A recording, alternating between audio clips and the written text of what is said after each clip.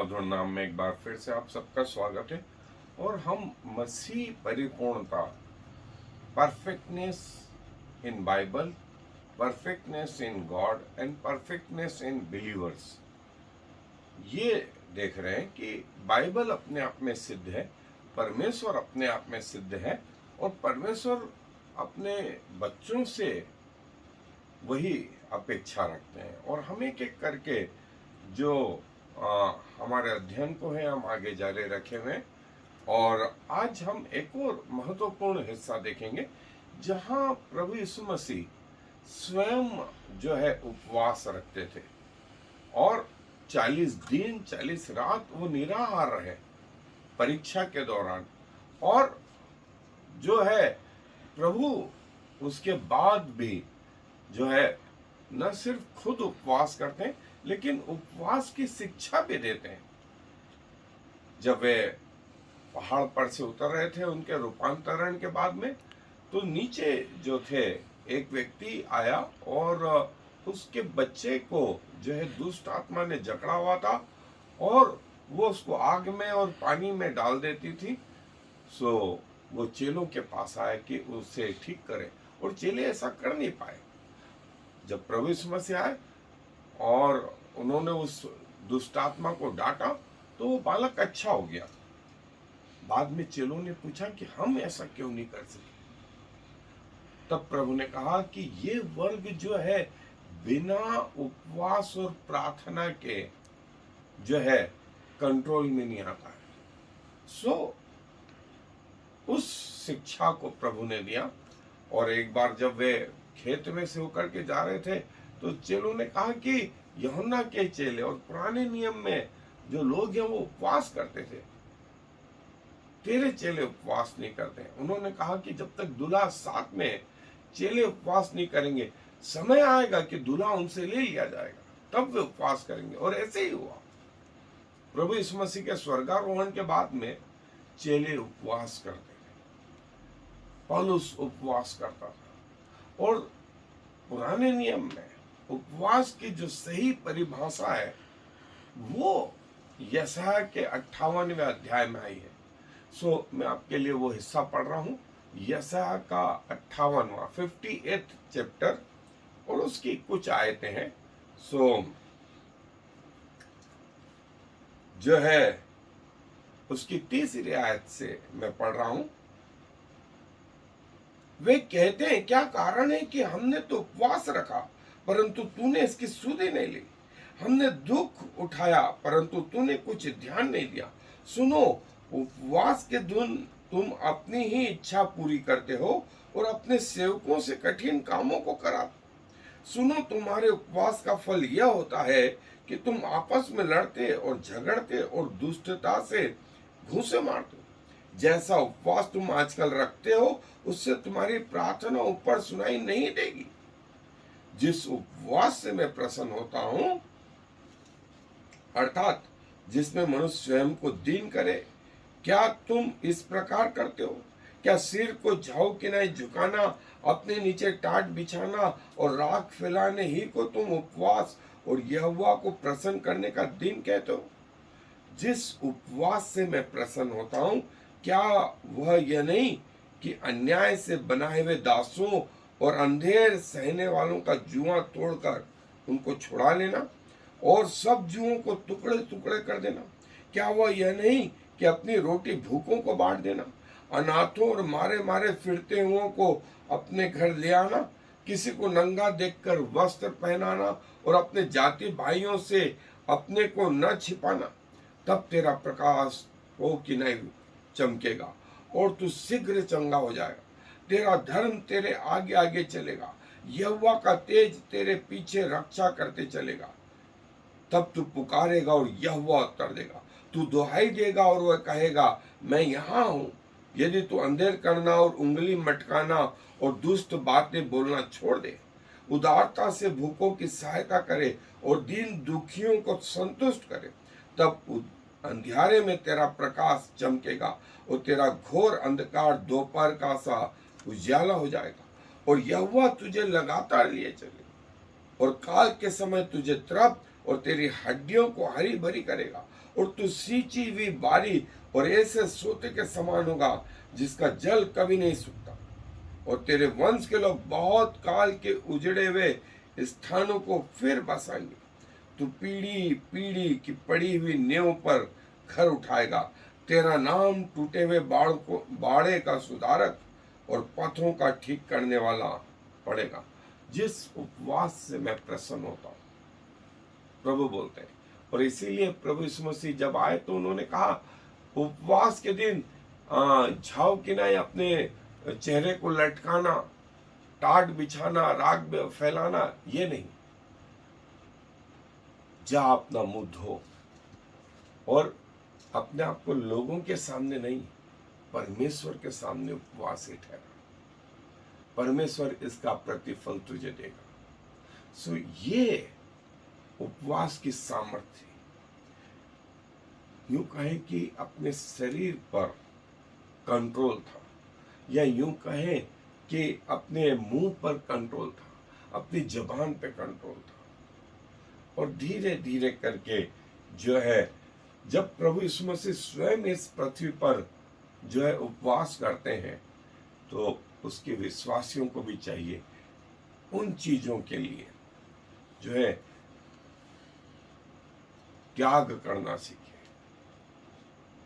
जो पृथ्वी की है, जो पृथ्वी की है।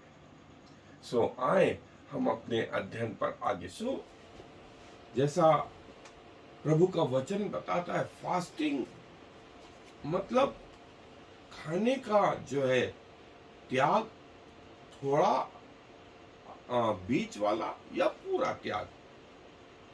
कई लोग जो है नाश्ते में जो रेगुलर नाश्ता लेते हैं, उस समय वो फास्टिंग में वो नाश्ता नहीं लेते। कई लोग दोपहर का खाना छोड़ते हैं, कई लोग रात का खाना भी छोड़ते हैं, कई लोग दूसरी चीजें भी जो है छोड़ते हैं। और ये जो है एब्स्टिनेंस फ्रॉम फूड जो है, ये फिजिकल फास्टिंग। और स्पिरिचुअल फास्टिंग मीन्स जो है परमेश्वर के समीप जाना और प्रार्थना, मनन जो है, ये स्पिरिचुअल फास्टिंग। हम आगे देखेंगे कि फास्टिंग, प्रेयर और प्रेज, ये तीन मिलकर के एक ट्रायंगल बनाते हैं। फास्टिंग, प्रेयर और प्रेज। सो नए नियम में जो है फास्टिंग मतलब भूखा रहना या नहीं खाना खाना। और जैसे नॉर्मल फास्टिंग होता है, उसमें जो है भोजन का त्याग करना, सिर्फ लिक्विड पे रहना। और पार्शल फास्टिंग मतलब कुछ भोजन को लेना, जैसे अन्य जाति लोग फरियाल वगैरह लेते हैं। और एब्सोल्यूट फास्टिंग मीन्स ना कोई भोजन लेना, ना कोई पानी लेना। और जैसे पार्शल फास्टिंग में मैंने बताया कि नाश्ता, कई लोग दोपहर का खाना, कई लोग रात का खाना, और कई लोग एक दिन नहीं, 3 दिन, कहीं 7 दिन, कहीं 20 दिन, कहीं 40 दिन भी कंटिन्यूस उपवास रखते। और मेडिकल साइंस के अनुसार जो है एक व्यक्ति 120 दिन तक बगैर खाए पिए रह सकता है। उसका शरीर उसको सपोर्ट करता है। और पुराने नियम में परमेश्वर के जो है गुस्से को कम करना, और जो गुस्सा पाप के कारण हो गया है, मनुष्य के पाप के कारण, जैसे मूसा परमेश्वर के सामने निराहार रहा कि प्रभु क्षमा कर,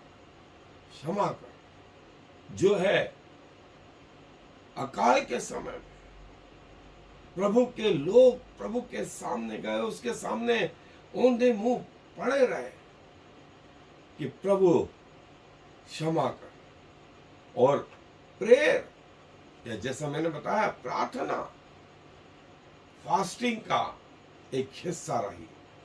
और कई लोग एक दिन का उपवास, जैसे रात के समय का उपवास, और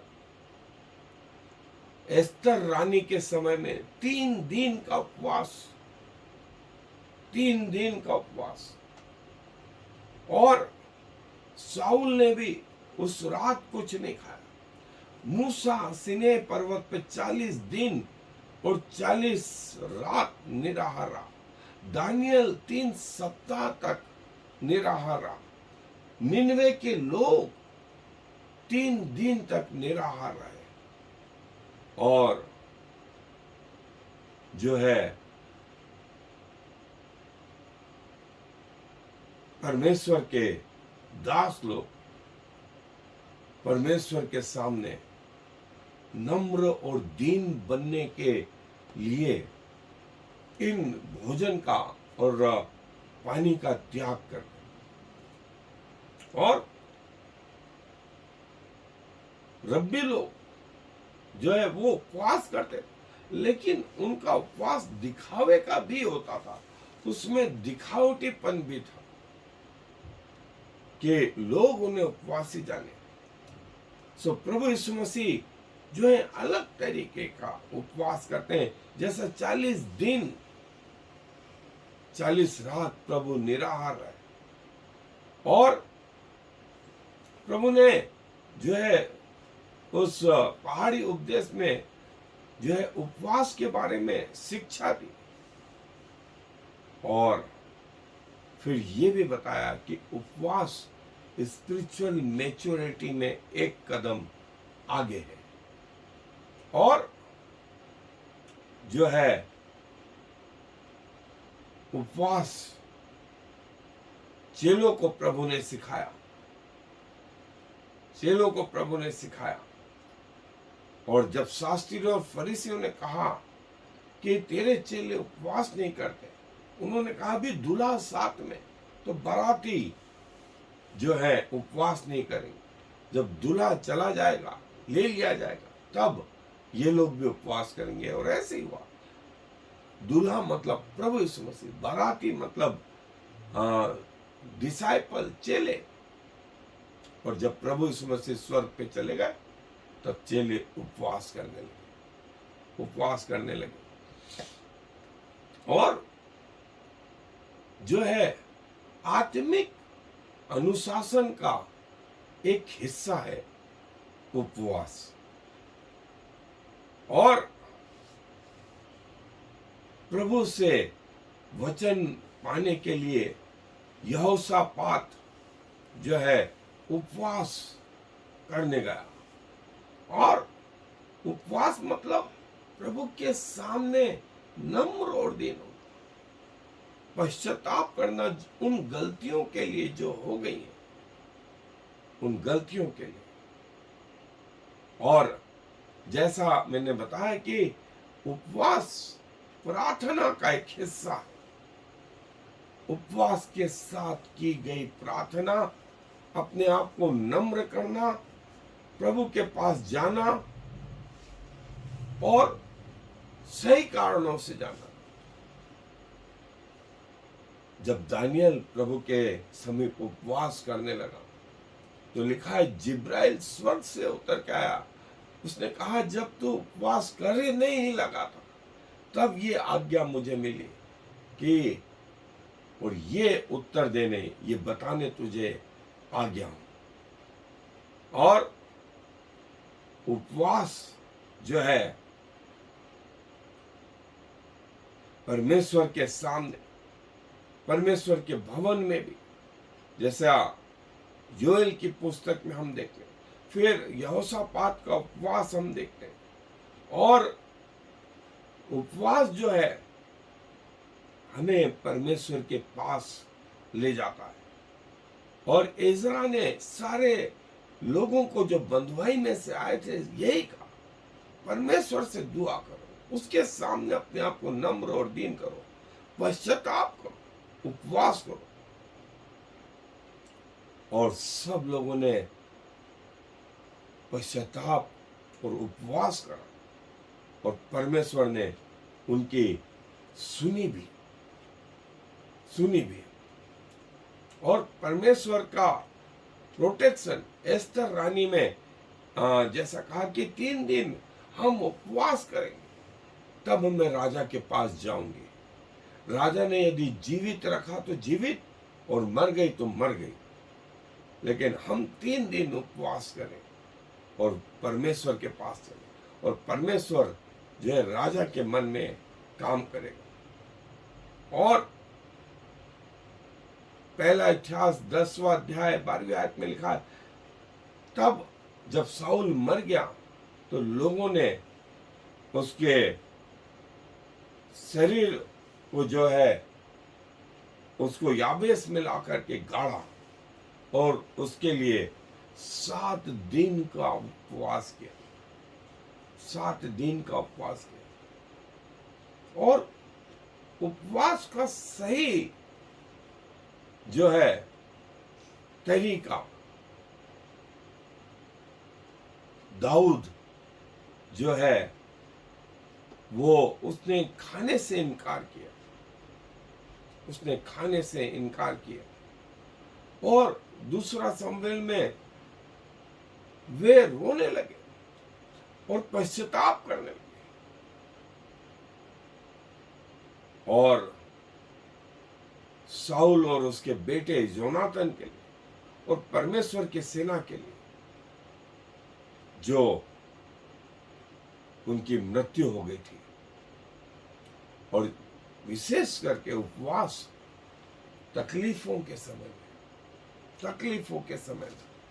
और जैसा हमने सुगंध के विषय में देखा था कि सुगंध तब निकलती है जब उसको क्रश किया जाता है, पत्तों को क्रश किया जाता है। और मसीह हमारी सुगंध था। और मसीह के लोग जब तकलीफ में आते हैं तो आएं भर भर करके जो प्रार्थनाएं करते हैं, उपवास के साथ जो प्रार्थनाएं करते हैं, वे स्वर्गीय सिंहासन तक पहुंच जाती हैं और परमेश्वर के सामने वेदी का धुआं बन करके कार्य करने लगती है। और तब उत्तर भी आता है। और जो है समर्पण के समय में भी जो है लोग उपवास करते हैं। बीमारी के समय में जो है जब योना ने कहा कि परमेश्वर इस नगर को नाश कर दे, तो राजा ने शोक का वस्त्र पहना और पूरे निन्वे के लोगों प्लस जानवरों ने तक परमेश्वर के सामने उपवास किया। और इस उपवास का परिणाम ये हुआ कि परमेश्वर ने जो है उस नगर को नाश करने से बचा लिया। और जो सही उपवास है, जो यशाया 58:3 से 7 में हमने देखा, परमेश्वर बोलता है कि सिर झुकाना, दूसरे वस्त्र पहन लेना और मुंह लटका करके लोगों को दिखाना, ये नहीं, वरन ऐसा उपवास जिसमें परमेश्वर आपको उपवासी जाने और जो है भूखों की सहायता करना, कंगालों की सहायता करना, फाइनेंशियल रीति से, शारीरिक रीति से, संसारिक रीति से जो है सहायता करना, ये उपवास। और प्रभु इसके बारे में बताते हैं, जो है उपवास प्रार्थना के साथ, जैसा दानियल जो है प्रभु के सामने उपवास करता है, किसी ने नहीं देखा, लेकिन दानियल का उपवास करना स्वर्ग तक पहुंच गया, स्वर्ग तक पहुंच गया। और जो है उपवास प्रार्थना का भोजन है। प्रार्थना यदि उपवास के साथ की जाए, जिसमें आप भोजन शारीरिक रीति से नहीं खा रहे हैं, लेकिन ये आत्मिक रीति से भोजन है, भोजन है। और उपवास, प्रार्थना और आराधना, ये मिलकर के ट्रायंगल बनाते हैं। ये स्पिरिचुअल ट्रायो भी बोलते हैं इसको, स्पिरिचुअल ट्रायो। फास्ट, उपवास, प्रार्थना और तीसरा आराधना। प्रभु के सामने खड़े रहे उपवास के साथ। फिलिपियों के पत्र 4 अध्याय 1 आयत में प्रभु के सामने खड़े रहे। जब हमारा प्रभु था इस पृथ्वी पर, उस स्वयं ने उपवास करा, 40 दिन 40 रात जो है प्रभु जो है निराहार रहा, प्रभु के सामने जो है। और प्रभु के प्रार्थना में, उपवास के साथ में आराधना जो है ट्रायड है, spiritual trio, prayer and fasting and worship. और उपवास की आशीष आत्मिक रीति से, तब तेरा प्रकाश चमकेगा, तुझे चंगाई मिलेगी, तुझे प्रोटेक्शन मिलेगा, रक्षा सुरक्षा रहेगी, प्रभु की उपस्थिति तेरे साथ रहेगी। ये उपवास के जो है आत्मिक फायदे। और परमेश्वर के साथ आपके जो है संबंध।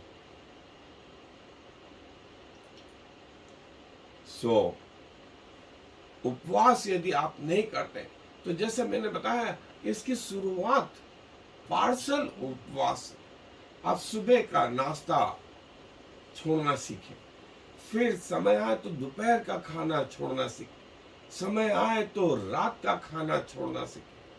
फिर हो सकता है आप पहले सॉलिड भोजन छोड़ें, लिक्विड पे रहें, फिर कुछ ऐसा भोजन भी करें जो हल्का है। फिर ये कोशिश भी करें कि भोजन सॉलिड और पानी भी न लें। फिर ये भी कोशिश करें कि 1 दिन, 3 दिन, 5 दिन, 7 दिन, 21 दिन, 40 दिन प्रभु की आशीष शारीरिक रीति से और आत्मिक रीति से, दोनों से आपके ऊपर आती रहे। प्रभु अपने वचन पर आशीष दे। धन्यवाद देते हैं कि जब आप पृथ्वी के जीवन में थे, आप सारा स्वर्ग छोड़ के प्रभु हम जैसे लोगों के लिए आ गए।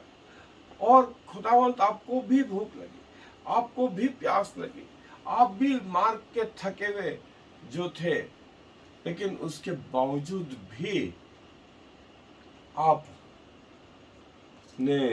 उस रोटी का त्याग करना, उस पानी का त्याग करना सीख लिया। और प्रभु 1 दिन नहीं, 2 दिन नहीं, 40 दिन तक आप ऐसे रहे।